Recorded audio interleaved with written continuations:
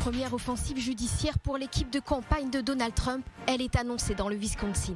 Cet état pivot remporté par le candidat démocrate avec un écart de moins de 1%, selon des résultats quasi complets, est contesté par le directeur de campagne de Donald Trump. Bill Stepien exige un recomptage et invoque des irrégularités dans plusieurs comtés.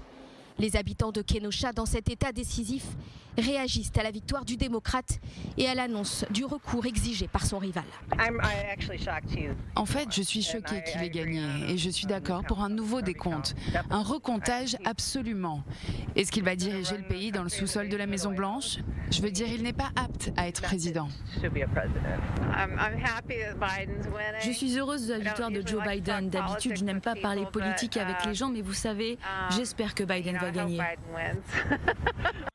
Outre le Wisconsin, Donald Trump a décidé de lancer des procédures dans le Michigan, la Géorgie et la Pennsylvanie, États où les écarts sont serrés d'un côté comme de l'autre.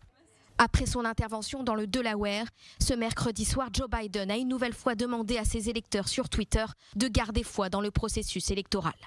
Dans le même temps, si le camp républicain a décidé de se tourner vers les tribunaux, Mike Pence, le vice-président, a tout de même rappelé l'importance du droit de vote.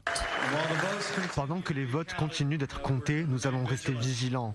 Comme l'a dit le président, le droit de vote est au centre de notre démocratie depuis la fondation de cette nation et nous allons protéger l'intégrité du vote. Donald Trump dispose à l'heure qu'il est de 213 grands électeurs contre 253 pour son rival Joe Biden. Il en faut 270 pour atteindre le nombre magique et devenir le 46e président des États-Unis.